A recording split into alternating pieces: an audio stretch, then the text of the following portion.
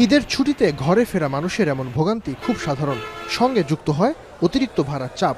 ঈদুল আজহায় সেই চাপ আরও বাড়ায় কোরবানির পশুর হাট।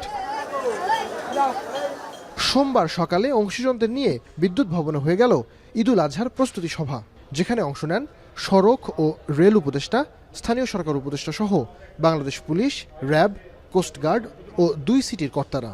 ঈদুল আজহায় লম্বা ছুটির মধ্যে 5 ও 6 জুন যাত্রীচাপ বাড়বে ধরেই বেশ কিছু সিদ্ধান্ত আসে সভা থেকে।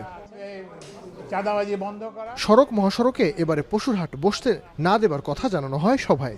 বলা হয়, মহাসড়ক থেকে নির্দিষ্ট দূরত্বে নির্ধারিত জায়গায় বসবে পশুর হাট। ঈদযাত্রায় অতিরিক্ত ভাড়ার বিষয়ে কঠোর অবস্থানে থাকবে সরকার।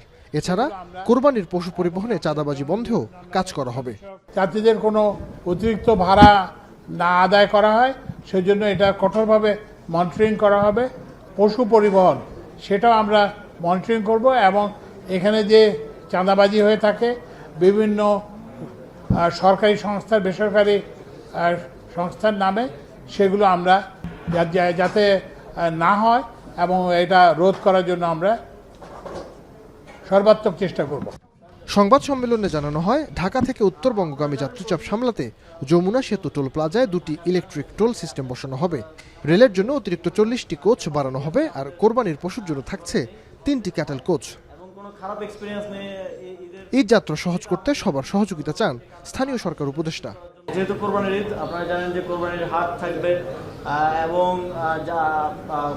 কোরবানির পশু যাতায়াত পরিবহন, তারপর দেখা যায় যে যারা কোরবানির হাটে পশু বিক্রি করেন তাদের টাকা পয়সা ছিনতাই হওয়ার মতো ঘটনাগুলো ঘটে থাকে সাধারণত। সেগুলোকে অ্যাড্রেস করার জন্য এখানে সকল অংশীজনদেরকে নিয়ে আলোচনা হয়েছে এবং সবাইকে তাদের টাস্ক এবং কাজগুলো বুঝিয়ে দেওয়া হয়েছে।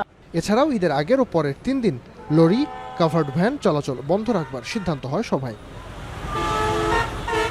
নাঈম আবির, এখন, ঢাকা।